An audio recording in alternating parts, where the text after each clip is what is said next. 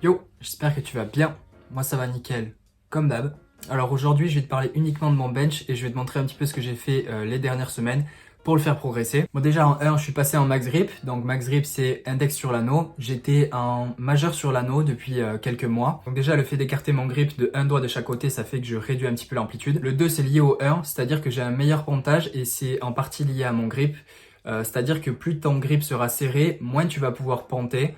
Et plus il sera large, plus tu vas pouvoir ponter. Je vais te montrer un petit peu la différence entre les trois grips, du coup, petit doigt sur l'anneau, majeur sur l'anneau et index sur l'anneau. Et tu verras que mon pontage il est différent avec ces trois grips là, parce que du coup, comme je t'ai dit, en fonction de ton grip, tu vas pouvoir ponter d'une certaine manière. En 3, du coup, c'est un petit peu lié aussi avec le changement de grip, c'est que j'ai mis la barre un petit peu plus haute dans la paume de ma main.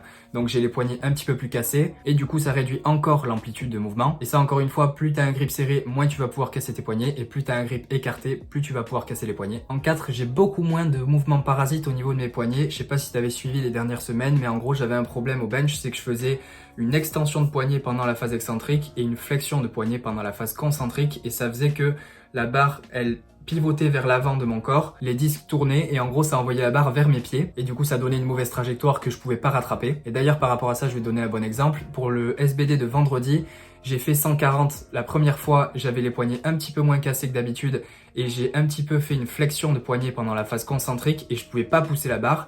J'ai retenté 140, j'avais les poignets un petit peu plus cassés, j'ai pas eu de mouvement parasite au niveau de mes poignets, j'ai pas fait de flexion et du coup j'ai pu finir le lift tranquillement. En 5, j'en avais déjà parlé la semaine dernière je crois, mais j'ai amené ma barre à la salle et ma barre elle a un grip un petit peu plus agressif, un knurling un petit peu plus agressif que les barres de la salle et j'avais tendance à glisser sur le côté avec les barres de la salle et depuis que j'ai amené ma barre honnêtement j'ai un bien meilleur grip et je me sens beaucoup mieux. En 6 je me fais aider au déraquage et là c'est parce que c'est Camille qui est là et qui m'aide à déraquer la barre et elle le fait plutôt bien honnêtement et ça m'économise un paquet d'énergie. Avant mais je m'entraînais tout seul, je déraquais tout seul. Je sais pas trop comment je vais faire quand elle sera pas là parce que j'avoue que j'ai pas vraiment envie de demander à n'importe qui de me déraquer la barre parce que il y a pas mal de personnes qui savent pas le faire.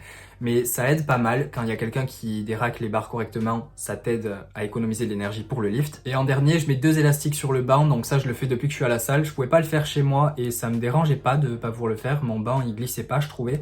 Mais là, celui de la salle, je le trouve un peu glissant et du coup, je mets des bandes d'élastique. Il y a une bien meilleure adhérence, je trouve, donc ça c'est plutôt cool. Dans les points que je t'ai cités, il y a des points sur lesquels j'ai encore besoin de travailler. Par exemple, la trajectoire de la barre due à la flexion et l'extension de mon poignet. Ça, j'y travaille encore. La preuve, hier, pendant mon SBD, j'ai fait encore de la merde sur la première à 140. Mais c'est quand même bien mieux que les semaines précédentes. Et cette semaine, j'ai passé 140 donc en camp bench un petit peu plus rapide que la semaine dernière, je trouve. J'étais un petit peu plus à l'aise.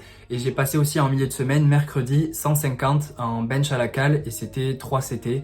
Donc les 3 comptes c'était un petit peu rapide, mais j'ai quand même passé 150. J'ai tenu 150 dans mes mains, tu vois, donc j'étais plutôt content. Et normalement, ça devrait bien se passer dans les semaines à venir si je continue sur cette lancée. Donc voilà, c'est tout pour la vidéo. J'espère que tu auras aimé. Si t'as aimé, mets un j'aime, commente pour me dire ce que t'en as pensé.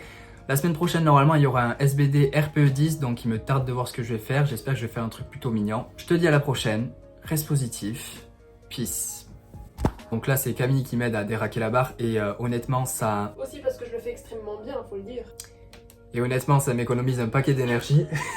Admets-le. Mais oui, mais tu le fais bien. Voilà, merci. J'espère que tu le laisseras au montage. Je mettrai à faire.